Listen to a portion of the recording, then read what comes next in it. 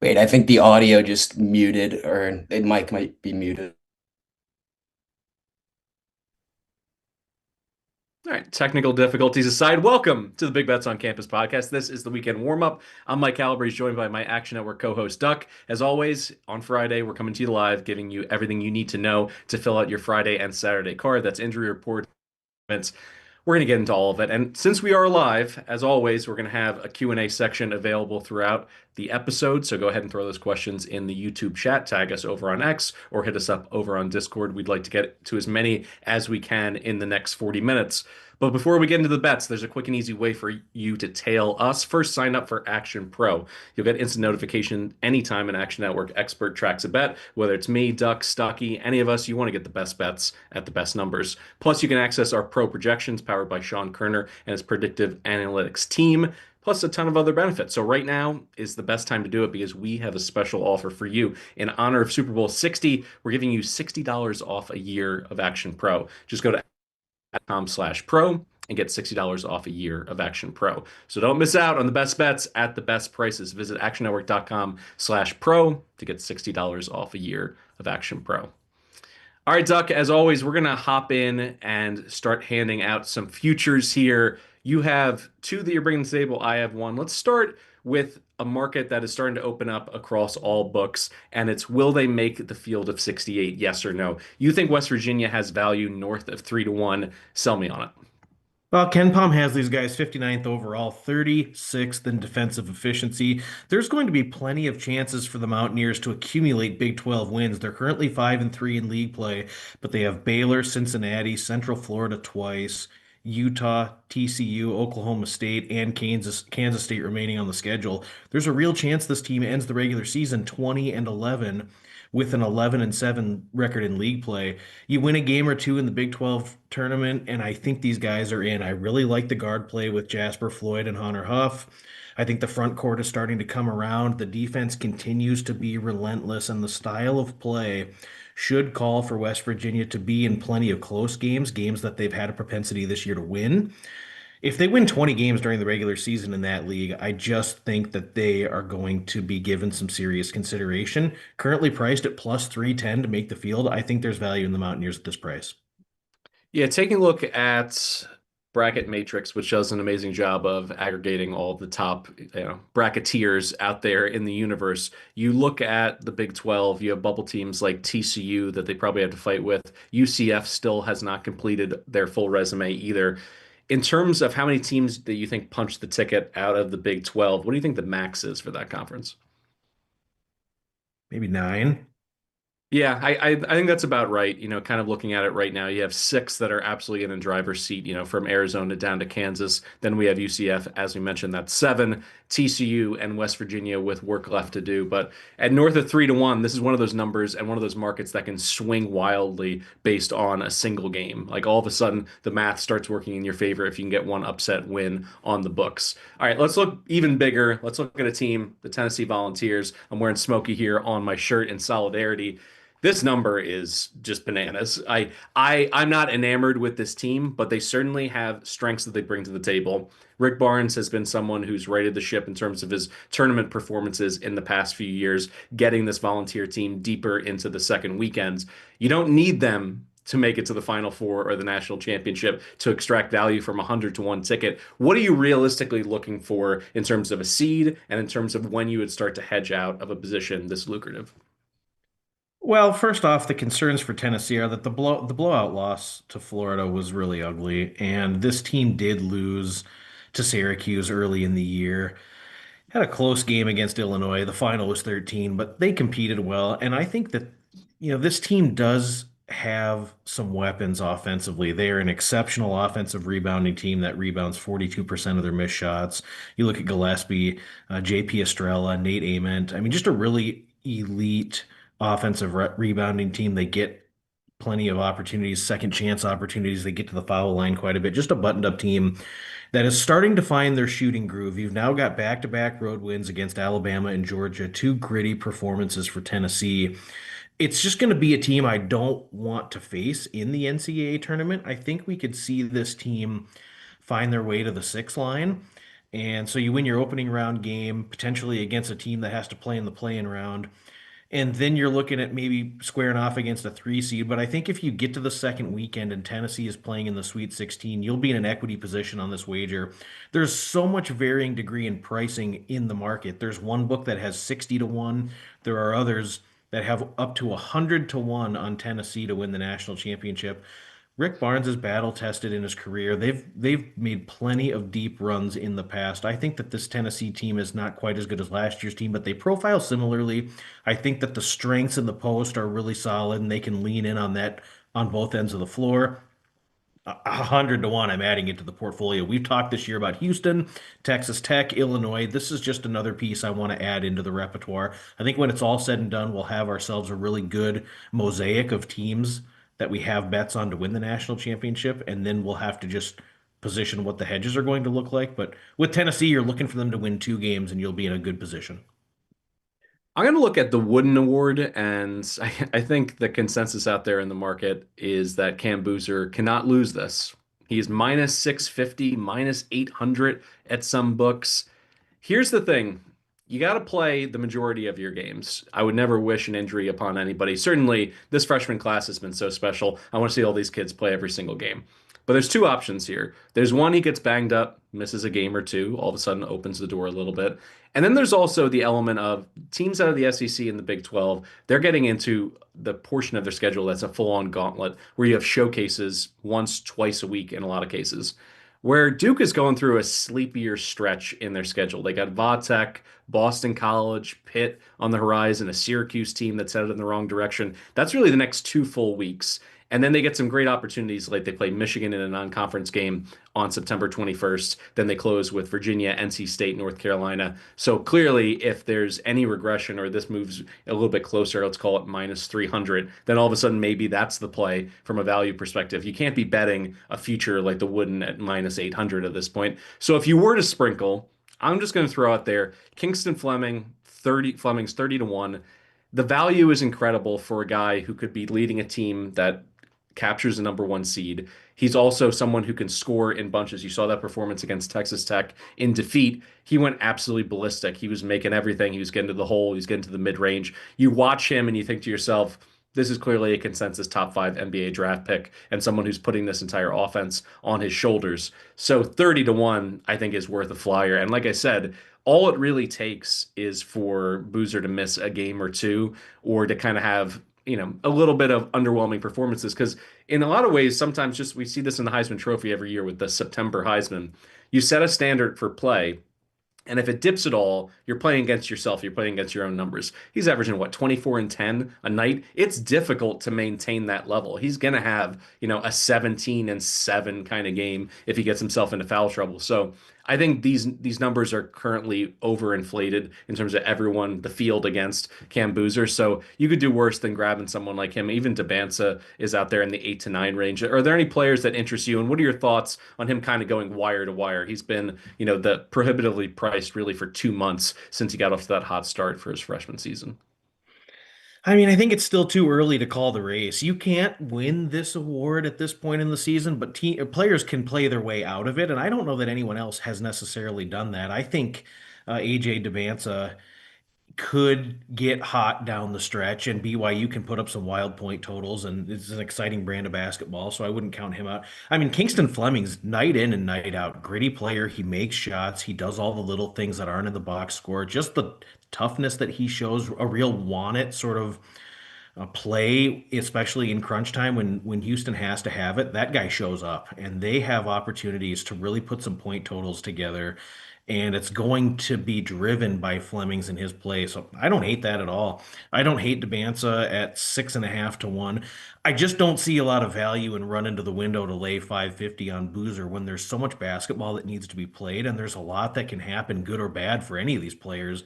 And so I don't think you bet this by hitting the heavy favorite. I think you could look at Debanza. You could look at Toppin from Texas Tech, who's still going to have some fun opportunities to light it up. I like Flemings. He's been real consistent and a real special player at such a young age. He's awesome. We're going to get to your questions and our best bets for the weekend in just a moment. But before we do, please check out the Parlay Express account and the free award-winning Action Network app, where we'll be posting some of the plays that are bundled together. You're going to find a bunch of long shot bets and parlays that are great and are absolutely a must to tail. There's going to be quick slip links in the episode description and in the chat as well. So if you hear any of our bets and you want to immediately comparison shop, get it out there in the market and add it to your card, we make it as easy as possible for you to do so. All right, we're going to get in here with our fast break segments.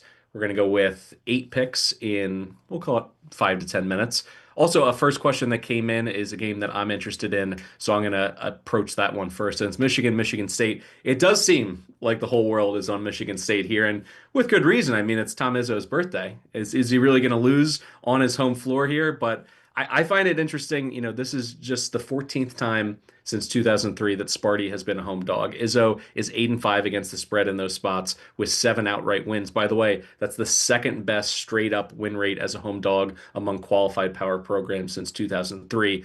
And listen, Michigan State, they clearly sleptwalked through the early portion of their game against Rutgers. It was a look ahead spot, but they dug out of that hole. They win in overtime. It was a gutty win. If you heard Izzo post game, he was really proud of the grit with which his team competed in what proved to be kind of a bit of a hornet's nest in terms of a difficult place to play. Michigan, on the other side of things, I think we need to start asking the question, has Michigan's offense and their brand of basketball been figured out a little bit? They continue to win, but they're 0-7 across their last 7 games against the spread. And I think a big reason for that is that they're not playing that hyper efficient brand of basketball where they were just running away from teams, beating the Zags by 40, beating Auburn by 30 earlier in the year. Like, let's just look at it. This month, their level of play has slid back from being in that, one line to being a 2 or 3 kind of team. They're 10th in overall efficiency per Torvik in January, 32nd on offense. That's a major step back. The sample size is growing. I don't think it's necessarily just a cold shooting night or two. And by comparison, Michigan State has looked the part of a national champion this month. 6th in Torvik, first in defensive efficiency. I think they have the bigs to bang with Michigan here. I'm going to go ahead and take them on the money line, plus 105, plus 110 out there in the market. I understand that it does seem like the whole universe is on Sparty here, but I think that's a good spot for them. I think they're going to be coached up, and they're going to make it difficult for the Michigan bigs to get all those high, percentage looks inside of 10 feet. That's really what the offense can be predicated on, playing a little 2-man game with their bigs at times. What are your thoughts on this one, Duck? I know that this is more of a pass for you, but just the overall narrative of this game, where these two teams are headed at this point in the season, it seems like the Wolverines need a bit of a reset. Yeah, and Tom Izzo challenged Michigan State significantly after a very, very close 4-point win on the road against Penn State last month. And since then, they have just gone on an offensive tear. We're seeing them move the ball a lot better. They're rebounding the ball really well. They had to kind of tinker a little bit with their starting lineup a little bit, and they've kind of unlocked a little bit with what they're trying to do offensively now. I like what Fears is doing. Carson Cooper, Cohen Carr. I mean, they've got guys that can score in a variety of ways. If they rebound the basketball well and they can keep Michigan off the offensive glass, which they're the best team in the country at prohibiting offensive rebounds, so they should be able to. I think Michigan State will have a real chance. I do think it's concerning. People may not really tune into an against the spread streak of 0-7, but it is concerning to see Michigan playing differently than they were the first 6, 7 weeks of the season when they had a real killer instinct. They were blowing teams out. They seemed unstoppable on both ends of the floor. The transition offense was going well. They were scoring early in the possession. Well, some of those things are just not happening and not happening as proficiently. So maybe it's just a little bit more familiarity with the scheme and being able to defend what they want to do, and it's just a little bit easier after having a little more film on it to try to take away some of those things offensively. I don't know, but I know that Izzo is going to be able to scheme something up with the defense, which I've been equally impressed with over the last 4 or 5 games for Michigan State. It's going to be hard to go in there and really perform at an optimal level, and the environment's going to be raucous. It's Tom Izzo's birthday. There's just a lot going on at Michigan State that points to them having a real chance to win this game late. Is it a coin flip? Yeah, perhaps it is a coin flip, and there's a chance Michigan can escape. But I think more often than not, you're going to want this spot with Michigan State. The game against Rutgers was one that I had written up an article about being in a significant look ahead spot. I really don't want to penalize Sparty that badly for that. It was an obvious look ahead situation here tonight. I think this is one they've had circled for a while, and we'll see Michigan State play their best basketball of the season. Last nugget, I think more people need to talk about the issue at the point for Michigan. Cadeau has struggled with his shot, with his confidence. He's still dishing out and facilitating at his usual rate, but 18 turnovers in the past 4 games. There's going to be on-ball pressure. This is the number one defense. I think if he goes ahead and turns it over 6 or 7 times again, they're going to be in deep water because all of a sudden it's going to give easier looks in transition to that Michigan State offense. All right, let's get into some of your totals here for Friday night. Start with Canisius and Marist. Looks like the projection's just about 130. Yeah, and that's actually where it's sitting now. This has been bet up from 124.5, but I don't agree with the move. It's not often that Marist is going to play a basketball game and they are going to operate at the quicker operating tempo offensively, but they are here. Canisius is 339th nationally in tempo, 358th per KenPom in overall offensive efficiency, and they're going through a real brutal stretch where they have not broken 70 points in 5 straight games, all losses for Canisius. I think Marist is equipped here to turn Canisius over. The Griffins really struggle with turnovers this year, and Marist is going to be able to turn these guys over. They're not going to run and seek to get out in transition. They just rarely do that. It's just an essential John Dune type of way that he operates and coaches his team. They don't really run in transition off turnovers. They'll set up in the half court here. But I think Canisius will see possessions that are full of turnovers. They're really going to have to be methodical into the deep into the possession clock, and it's going to be some ugly looking possessions here for Canisius. Marist will match the pace here. John Dune's nature is to play at a snail's pace. We may not see this break 60 total possessions. You look at Marist, and their offense has been really struggling to shoot the ball well lately. There's back-to-back games now where the Red Foxes scored 55 points or less. And the front court for the Red Foxes has really been battling injuries. Tariq Watson is out, and even reserve center Jordan Gabriel has just been up and down with his play. I don't think that we'll see a tremendous amount of activity in the post for Maris that will really inflate what they're going to be able to do offensively here. I think this is just going to be one of those ugly games where you look up at the end and it's 69-55 type of final. This one should stay under 130. All right, let's cleanse the palate and go with an over out of the Ivy, Dartmouth and Yale. It's interesting with Yale. They play at a slower pace, but they're super efficient in terms of always getting a good shot. They don't turn the ball over, and no one is more accurate in the entire country in terms of knocking down threes than this Yale Bulldog team. They're over 41%, which is just absolute flamethrower territory. I mean, you've seen that play out on the court. They gave Cornell 102 points. They gave Columbia 91. So obviously the tempo is not scaring you off this number that currently is 154.5 in the market. Yeah, I mean, Yale, the most accurate three-point shooting team in the entire country. They don't shoot a tremendous amount of threes, but they've got snipers that can shoot the ball from deep. Riley Fox, even Nick Townsend. You add to an already versatile offensive arsenal for him. Trevor Mullen, these guys can shoot, but they're going to really shred Dartmouth in the post. Townsend, Sampson, Alatan. The Bulldogs should finish with a real strong shooting number in the paint. They should get to the line quite a bit here. Dartmouth is 244th nationally in two-point defense and just not strong at guarding the rim. I think the Bulldogs, they have been a little bit varying in their pace this year, has Yale, but I really think that they'll run with Dartmouth here, who wants to play fast. They want to shoot a lot of threes. A little bit similar to some of the stuff that Cornell likes to run, very, very fast-paced offense. Yale's defense is good, but there have been numerous occasions this year for Yale where they've just seemed disinterested on that end of the floor. And I can see Dartmouth kind of trading scores with Yale in the second half. I would expect that Yale's up by about 15 to 18 throughout the majority of the second half. And so maybe they take a little bit of the pressure off defensively. I would anticipate that this one has a ton of possessions. Yale has owned this series in recent, winning the last 5 meetings. 4 of those meetings have been by in excess of 15 points. If they do that tonight, I think it's because Yale scores 90 and not necessarily because they're going to end up holding Dartmouth to 55 or 58. I think that this one's gonna be a high scoring track meet, so we're going over 154.5.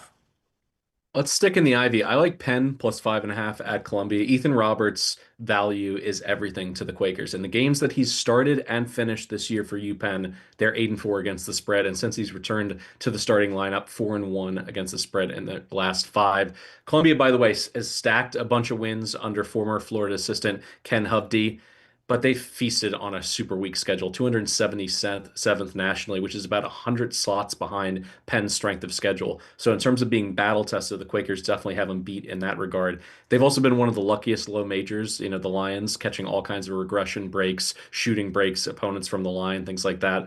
They have three common opponents, by the way, in the Ivy. Both of them beat Dartmouth by 10, which is nice. Penn, though, nearly upset Harvard, losing by one. Columbia got drilled by 15 at home against that same Crimson team. And then Penn beat Brown by 15, whereas Columbia lost to Brown in overtime by 6. I don't see why this is on the verge of two possessions. I'm going to go ahead and take Penn plus 5.5. I know they're coming off of an uncompetitive game against Yale, but Yale's by far the best team in this conference, and that is not the kind of level of play we're going to see out of Columbia on their home floor. Another program, by the way, that has very little by way of home court advantage. So I'll go ahead and take the points here. Sticking on Friday night, I like a same game parlay in the Mid-American. Kent catching 11.5 against Akron on the Zips home floor and over 166.5. This is going to be a track meet. I absolutely see this being played right to the cusp of 90 points per team. The Golden Flashes just took Miami 15 rounds in a game that they really should have won. They outplayed the Red Hawks. They end up not being able to get a stop or two at the end. Ends up costing them. They go to OT and they lose. But as I discussed on the Friday show, Delrico Gillespie is the straw that stirs the drink. He does all the dirty work. He has all the stocks, diving on the floor, getting the offensive rebounds. It's the reason why he's one of the few bigs that is in the running for MAC Player of the Year. And he's going to battle with Amani Lyles in this game. And I think that'll be the story because there's not a whole lot you can do with Tavari Johnson and all the shooters they have on the perimeter. They're going to play fast. People are going to knock down shots, particularly on their home floor. But Lyles is the guy who can really make this Akron team so difficult to beat on the defensive ends and also on the glass. And if you can get him in foul trouble and ding, ding, ding, he is a foul liability. In January, he's averaging over 4 fouls per game. If Gillespie can get him into foul trouble, I think what they need to do, some additional touches early for Gillespie on the low block. And on top of things, he's someone who gets great positioning on defensive and offensive rebounds. You can get a cheapie, you can get it over the back, send Lyles to the bench. I think this game swings back to an opportunity for Kent to be in it at the 4-minute timeout of the second half. Gillespie, by the way, did this in back-to-back games earlier this month against Bowling Green and Northern Illinois. They just fed him the ball relentlessly. He got to the line 28 times across those two games. I think Senderoff is a smart coach. I believe in him. I think he knows what needs to be done. And what that essentially is to get Lyles off the floor. And if Lyles is gone, by the way, and they go even smaller with their lineup, I think the tempo increases even further. So the likelihood of a super high possession matchup here in the MAC, I think, is very strong. So I'm going to go ahead and take this, put it together because of some of the discount on the point spread. You can get close to plus 270 on this same game parlay. What are your thoughts on that one? I know we talk relentlessly about MAC basketball, but this is just a renaissance year for them. It is not only some really good teams at the top of the conference, but just the brand of basketball is a lot of fun to watch. Very much so. And I think that when you look at Rob Senderhoff and how he's got this Kent State team playing, they took Miami to the wire. They've won 4 out of 5 in league play since a disappointing loss against Central Michigan.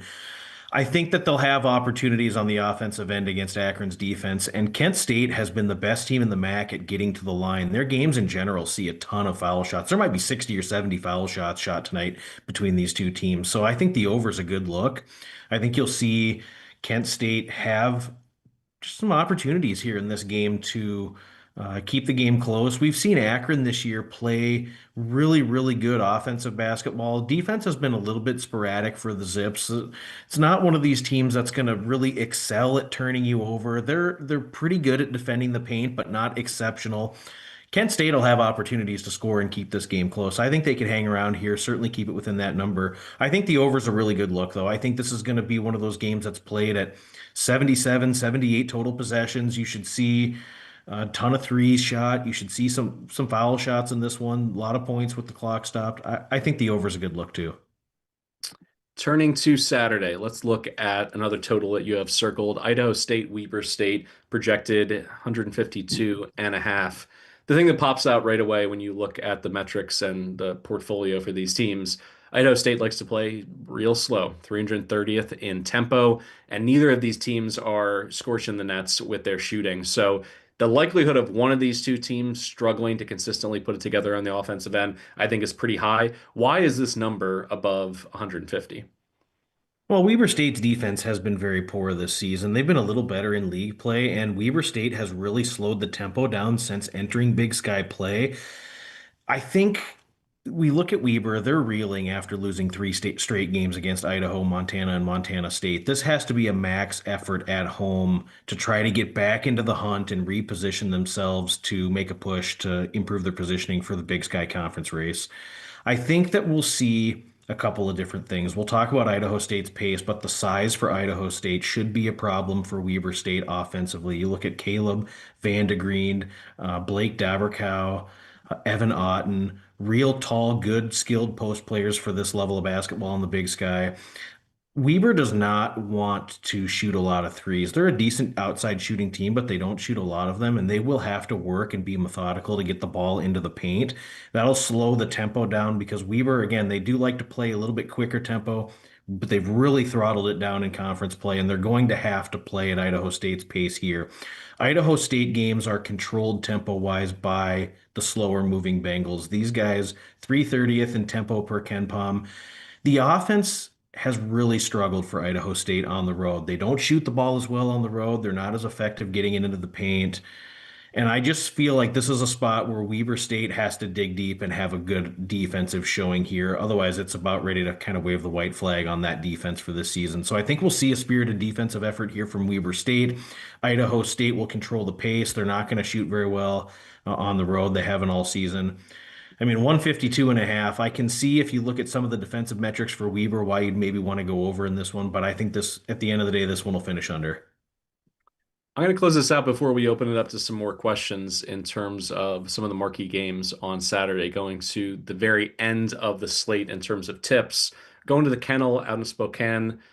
St. Mary's catching over 10 in this rivalry. I'm going to take the 10 and a half with the Gales. No Huff, as we know. EK is trending towards playing, but what are we going to get him at? 75, 80%? I mean, ankle injuries for bigs are no joke. That's a very high re-aggravation kind of injury where you could see him just pivot, twist, and all of a sudden he's back to the bench for the rest of the game.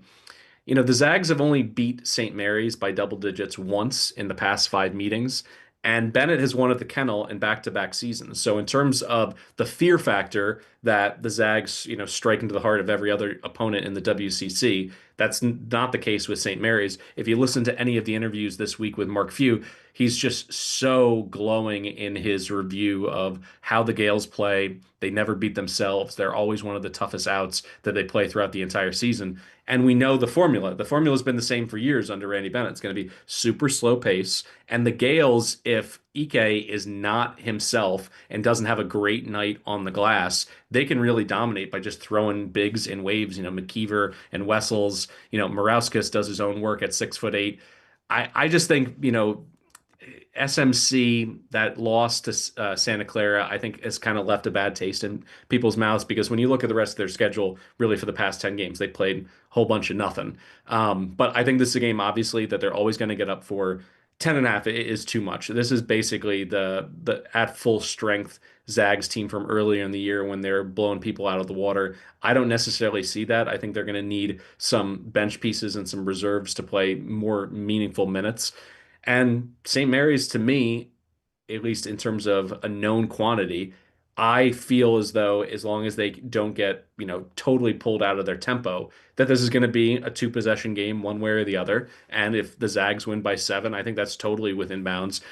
What are your thoughts here? I know that this can be a difficult rivalry to peg at times. We've seen, the pendulum swing back and forth. St. Mary's seems to have had their number in recent years, but these are two coaches that kind of have well-established systems. So there's not a whole lot of surprises that they can pull out in a matchup like this. No, and there's certainly familiarity in the schemes between these two coaches who have obviously been at their respective programs for a long time. And St. Mary's has had success in this rivalry. For me, it's all about Graham Ike. Is he going to play? Is he going to be effective? And can St. Mary's go at him defensively and try and get him back to the bench early with foul trouble? Because he has struggled with that at times this year. And without the post play of Ike since Huff's been out, we've seen Gonzaga. The tempo has been more methodical. They haven't been as electric offensively. They haven't been as efficient. They haven't been scoring as many points. They don't get the paint touches. And so they're going to have to resort to trying to find other creative ways to score the basketball. And it's resulted in lower scoring games. It's resulted in closer than expected games against even some of the lesser teams in WCC play relative to the spread perspective. And it's just one where St. Mary's routinely shows up for this big rivalry in conference play. I think 10.5 is too much. Specifically, what I think we need to watch for is for St. Mary's to start hot and go right at Graham Ike in the post and try and get him in foul trouble. I think if Ike gets into foul trouble, he plays, I don't know, 7 to 11 minutes in the first half, and St. Mary's will have a chance to really keep this game close into the second half. So if I'm Randy Bennett, I'm doing that, and then I'm playing the defensive system that I know can shut these guys down or at least contain them. Yeah, I would expect it to be closer than 10.5. A question from X for you, Duck. Arizona State in Tempe. Bobby Hurley recently saying, I have no home court advantage. It means nothing. This is not the team that played during Feast Week at the Maui Invitational, where Odom was playing hero ball. They looked as though they could, be an NCAA tournament team. Everything has gone south for them. Now you have a Wildcats team that's coming off an emotional win over BYU that they nearly gave away. They're up double digits late in that game, and then they need a defensive stop on the last possession of the game to win that thing. Do you think 15.5 is too much in a rivalry game, or do you think this is a neck crack opportunity for the Wildcats where they absolutely boat race the Sun Devils? I would imagine that the way that the Arizona game went in their last outing against BYU should have these guys wide-eyed and ready to go. We were kind of waiting for Arizona to have to face a little bit of adversity, and they got all of that and more against BYU. And I think, it's tough. It's a rivalry game. It's probably one that Bobby Hurley's going to be able to rally his Sun Devils, season's on the brink for these guys. At 10 and 11, you're not really doing much. There's been a lot of interesting stuff that he said in the media pertaining to just feeling like a defeated man and feeling like the season is lost and the team is lost, and he's not said he hasn't done his job here, and the home court advantage thing hasn't really been there. I don't know what we're going to get because Arizona State's defense on certain occasions has risen and has played well against some of the tougher teams that they've had come into that building. So maybe it's there, but it's not really one that I would want to. I'm not dying to run to the window to bet the Sun Devils here. I'd say if it was 19.5, 20, there's a chance, but I mean, an 8 point game can go to 18 when you're playing against Arizona very, very quickly. They're so efficient offensively. They're hard to guard. It's hard to really pin these guys down for really any long stretch of time. So if you think that Arizona State can score 77 on these guys to try to keep it within the number, maybe, but it's not a bet I would want to make. All right, speaking of BYU, they have the matchup that could end up being a showcase for the presumptive number one and number two pick in this summer's NBA draft between Debanza and Peterson. Peterson, by the way, when they played against each other in AAU ball, he dropped a casual 58 points, including the game-winning three. Here's my play on it right off the bat. I'm going over on both of their player points. It's 22.5 for both of them. You put it together, it's about plus 240 on a same game parlay. You do all the work, you're grinding out sometimes Mac unders, and you need you need to be laying the points in the Ivy or the Summit League, and that requires a lot of ESPN Plus watching, Flow Sports, all that stuff. Sometimes you should just treat yourself to an absolute marquee matchup. I think this is going to be one of those matchups that is going to be, essentially in highlight packages for years to come when they're in the NBA and they look back. I'm hoping that we get a great classic, but I think at the very least, you're going to get shooting volume out of both of these guys. I think there's going to be plenty of opportunities. And really, I'm still shocked that BYU didn't run their last offensive possession against Arizona through Debanza to potentially win that game. He's someone who does such a good job picking up fouls. Instead, they go with Wright. He gets to the rim and he gets rejected and they lose the game. Any take on the Cougs and the Jayhawks in what should be essentially a precursor to the NBA scouting combine. I mean, I think that it'll be a tough environment for BYU to go in there and win. I certainly wouldn't want to run to the window to lay 4.5. So I would probably look the way of Kansas. They've played much better basketball since their loss against West Virginia, throttled Iowa State at home not long ago. And I just think it's a team that you can rely on to show up and perform well in their building. BYU is very talented. I think it should be a fun game. Kansas games have trended under because they've played at a slower pace than what we're generally used to seeing Bill Self operate under. But I think this one's probably higher scoring. I would lean the dog or possibly look over. All right, last question. Get this in under the wire from Bobby Newport here in the YouTube chat. Does Wichita State on Sunday go into Tulsa and come out with the outright dub? This is a team that you've talked about from a Tulsa perspective. It's the rebuild has been slow, but it looks like, they're going to be knocking on the door for, a postseason appearance, maybe make the field of 68. What are your thoughts on the Golden Hurricanes, and could they trip up in a matchup here against the Shockers? It's really hard to say. I would need to see what the number comes out at when this one gets released in order to see where the value might lie. I don't know that Wichita State is going to go in there and beat Tulsa. Wichita State has played a little bit better basketball over the last 2 or 3 weeks. I think they're starting to come around. They had some embarrassing losses, what I would consider embarrassing losses for where that program should be when they lost to Charlotte and Rice and even DePaul. But they're playing a little bit better basketball of late. They defeated South Florida. They beat Memphis. They've got some guys who can create at the rim. Could be one where, both of these teams see a ton of foul shots. And so who gets their post players into foul trouble early? That would be a key for me is trying to do that and try and work the foul game a little bit if it's officiated that way. I mean, I don't know.